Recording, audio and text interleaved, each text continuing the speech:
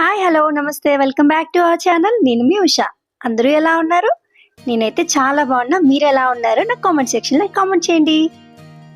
Sunday వచ్చిందంటే మా ఇంట్లో బిర్యానీ ఉండాల్సిందేనబ్బా. బిర్యానీ అంటే మా ఫ్యామిలీకి అంత పిచ్చి.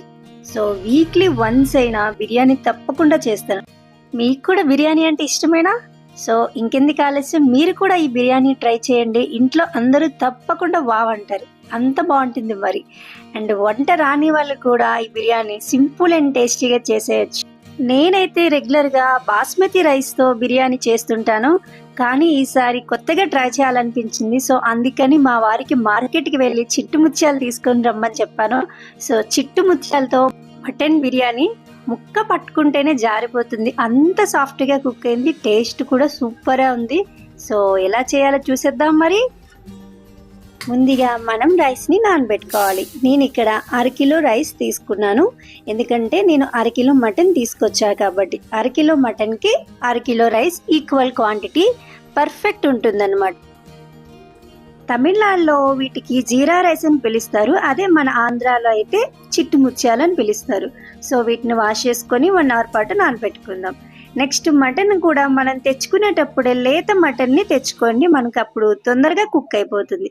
సో మటన్ కూడా వాష్ చేసుకొని పక్కన పెట్టుకోవాలి. ఫస్ట్ మనం దలసరిగా ఉన్న ఒక ప్యాన్ని తీసుకొని అందులో ఆయిల్ అండ్ నెయ్యి వేసుకొని వేడి చేసుకోవాలి. అండ్ నెక్స్ట్ ఇందులో మనం బిర్యానీ స్పైసెస్ అన్ని యాడ్ చేసుకోవాలి. వీటిని ఒకసారి బాగా కలుపుకున్నాక సన్నగా తరిగి పెట్టుకున్న ఆనియన్స్ని కూడా యాడ్ చేసుకొని ఫ్రై చేసుకోవాలి. నేను ఇక్కడ 2 ఆనియన్స్ తీసుకున్నాను. వీటిని ఎక్కువ ఫ్రై చేయాల్సిన అవసరం లేదు, లైట్గా ఫ్రై అయితే సరిపోతుంది.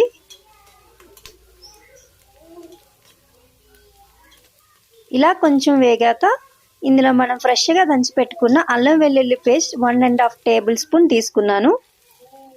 వీటిని కూడా వేసుకొని ఒకసారి బాగా ఫ్రై చేసుకోవాలి. ఫ్రెష్ అల్లం వెల్లుల్లి పేస్ట్ అయితే టేస్ట్ ఇంకా బాగుంటుంది. సో మీరు కూడా ట్రై చేయండి.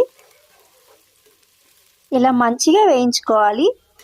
నెక్స్ట్ ఇందులో మనం ముందుగా కడిగి పెట్టుకున్న మటన్ పీసెస్ని కూడా యాడ్ చేసుకుందాం.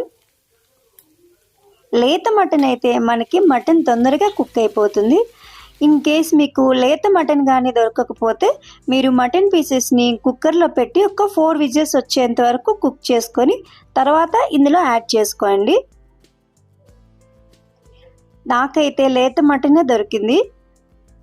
సో ఇలా కొంచెం వేగాక ఇందులో 3 to 4 పచ్చిమిర్చి, అలాగే కొత్తిమీర తరుగు, పుదీనా తరుగు, 1/2 టేబుల్ స్పూన్ పసుపు, అలాగే రుచికి సరిపడా సాల్ట్ అండ్ 1.5 టేబుల్ స్పూన్ కారాన్ని కూడా వేసుకొని ఒకసారి బాగా మిక్స్ చేసుకోవాలి.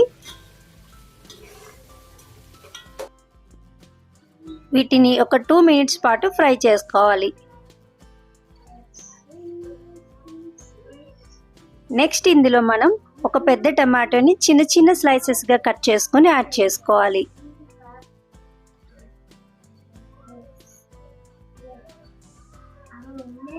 ఇలా బాగా కలుపుకున్నాక ఇప్పుడు మూత పెట్టి టమాటా ముక్క మెత్తబడేంత వరకు కుక్ చేసుకోవాలి. ఇప్పుడు ఇందులో మనం 2 టేబుల్ స్పూన్ ధనియా పౌడర్, అలాగే 1 టేబుల్ స్పూన్ జీరా powder, 1 tablespoon mutton masala, 1/2 tablespoon garam మసాలాను కూడా యాడ్ చేసుకుని ఒకసారి బాగా కలుపుకోవాలి.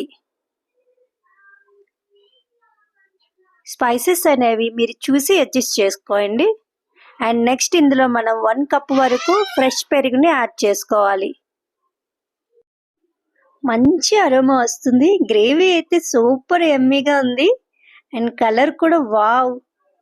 అండ్ ఇప్పుడు మనం దీన్ని మూత పెట్టి ఆయిల్ సెపరేట్ అయ్యేంత వరకు కుక్ చేసుకోవాలి. చూసారు కదా, మటన్ నుంచి ఆయిల్ అనేది సెపరేట్ అయింది. ఇప్పుడు మనం బాగా కలుపుకొని మటన్ పీసెస్ మనకి 80% వరకు కుక్ అయిపోవాలి. నేను చెక్ చేసుకున్నాక నాకు ఒక 50% కుక్ అయింది అనిపించింది. సో నేను అందుకని టీ గ్లాస్తో 2 గ్లాసెస్ వాటర్ని యాడ్ చేసుకున్నాను. బాగా కలుపుకోవాలి. ఇప్పుడు మూత పెట్టి ముక్క మెత్తపడేంత వరకు కుక్ చేసుకోవాలి. మధ్య మధ్యలో ఇలా మూత తీస్తూ కలుపుతూ ఉండండి, లేదంటే అడుగు అంటుకునే ఛాన్సెస్ ఉంటాయి. సో నేను చెక్ చేసుకున్నా, నాకు ఆల్మోస్ట్ కుక్ అయిపోయింది. ఇంకొక 2 మినిట్స్ పాటు ఫ్రై అయిపోతే సరిపోతుంది.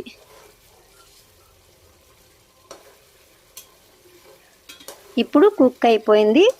ఇందులో మనం ముందుగా నానబెట్టుకున్న రైస్ని యాడ్ చేసుకోవాలి. ఒకసారి బాగా కలుపుకొని రైస్ పొడి పొడిగా అయ్యేంత వరకు ఫ్రై చేసుకోవాలి. ఇలా వేగింది కదా, ఇందులో మనం మిగిలిన కొత్తిమీర పుదీనా ఆకును కూడా యాడ్ చేసుకొని కలుపుకోవాలి.